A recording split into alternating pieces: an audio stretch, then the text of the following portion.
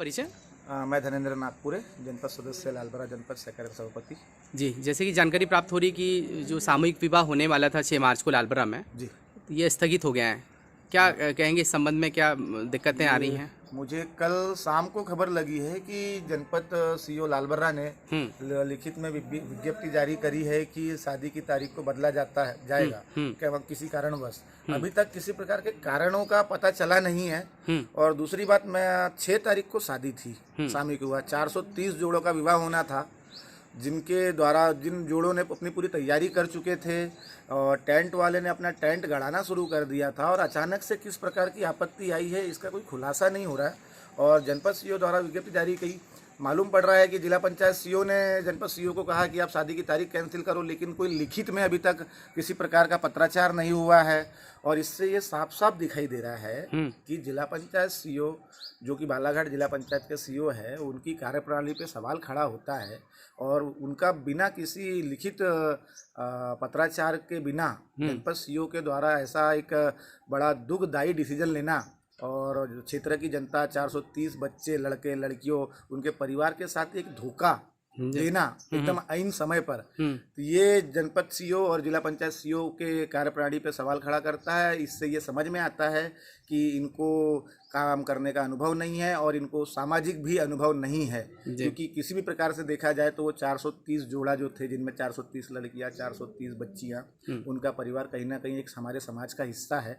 और उनके द्वारा जो एक सरकार की योजना का लाभ लेना चाह रहे थे अपनी आर्थिक स्थिति की वजह से, उनके साथ एक धोखा समझ में आता है। और इसका मैं तो चाहूँगा कि इसका पूर्ण जिम्मेदार जिला पंचायत सीओ बालाघाट को माना जाए। उनकी कार्यप्रणाली पर यह सवाल खड़ा होता है। मुझे अभी सवेरे मालूम पड़ा कि शायद परसवाड़ा ब्लॉक में भी इसी प्रकार से शादी का निरस्त हुई है। नहीं तो जनपद सीओ से जैसे आपकी वार्ता हुई होगी, चर्चा हुई होगी, तो क्या उनका क्या कहना आ रहा है? उनका ये कहना, शायद मैं उस समय था नहीं, लेकिन सुनने में ऐसा आ रहा है कि जिला पंचायत सीओ के द्वारा उनको बोला गया कि आप शादी की तारीख कैंसिल करो। नहीं तो अभी क्या दूरभाष वगैरह पे कुछ चर्चा हुई? दूरभाष पे चर्चा नहीं हुई है, लेकिन कुछ हमारे मित्रों के द्वारा जनपद सीओ से बात की गई थी और शायद कल वो जिला पंचायत सीओ से मिलने भी गए थे।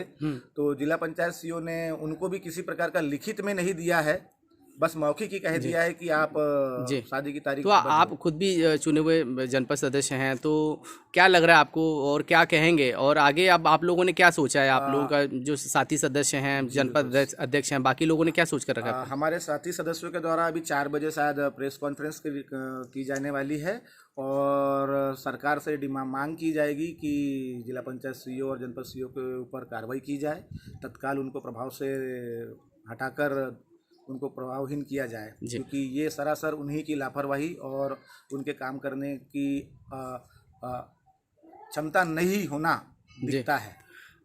ऐसी भी जानकारी प्राप्त हो रही है कि जो जोड़े इस वैवाहिक कार्यक्रम में सम्मिलित होने वाले थे, उन लोगों ने कार्ड वगैरह भी छपवा लिए थे, तैयारी कर ली थी, अपने रीति रिवाज घर में कर रहे थे। तो उनके साथ तो बहुत ही बुरी स्थिति हुई है।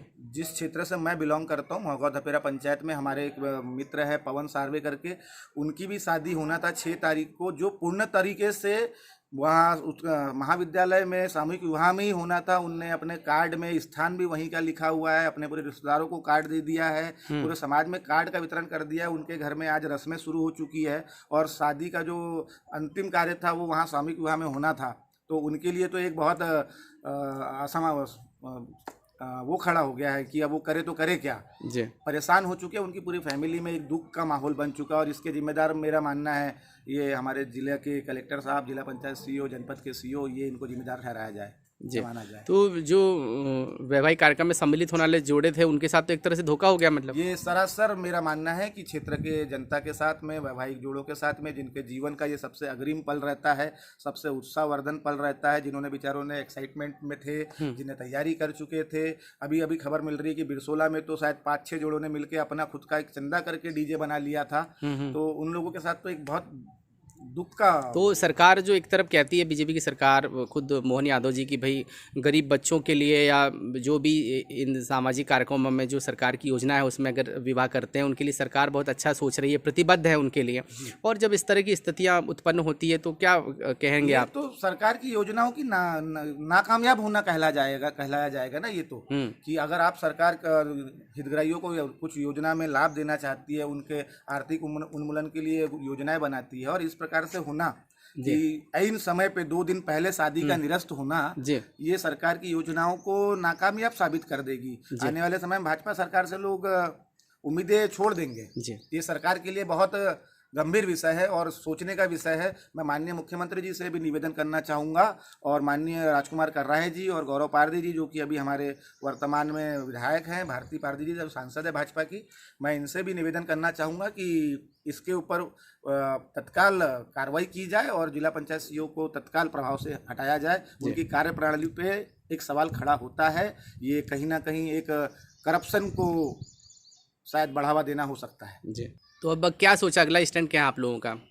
ये तो अभी हमारा एक चर्चा का विषय है। हमारे साथी सदस्य जो है, अध्यक्ष उपाध्यक्ष और हमारे बाकी सदस्य जो है, हम लोग हमारा विषय चल रहा है, चर्चा चल रही है कि मेरा ये मानना है कि भाजपा सरकार गरीब लोगों को अपनी अच्छी सरकार जनहितकारी योजनाओं को थ्रू उनको उनकी सेवा करना, उनको सरकार की योजनाओं का लाभ पहुंचाना चाहती है और गरीब लोगों की मदद करना चाहती है। और आज जिस प्रकार से गरीबों के साथ एक धोखा हुआ है और उनकी जो भावनाएं आहत हुई है, तो हमारा मानना ये है, हो सकता है कि हम सभी लोग जनपद की बॉडी हमारी जिला पंचायत सीईओ और जनपद के सीईओ के खिलाफ शायद एफआईआर भी कर सकती है और मुख्यमंत्री जी के साथ में पत्राचार करके निवेदन किया जाएगा कि इनके ऊपर उचित कार्रवाई कर इनको तत्काल प्रभाव से हटाया जाए।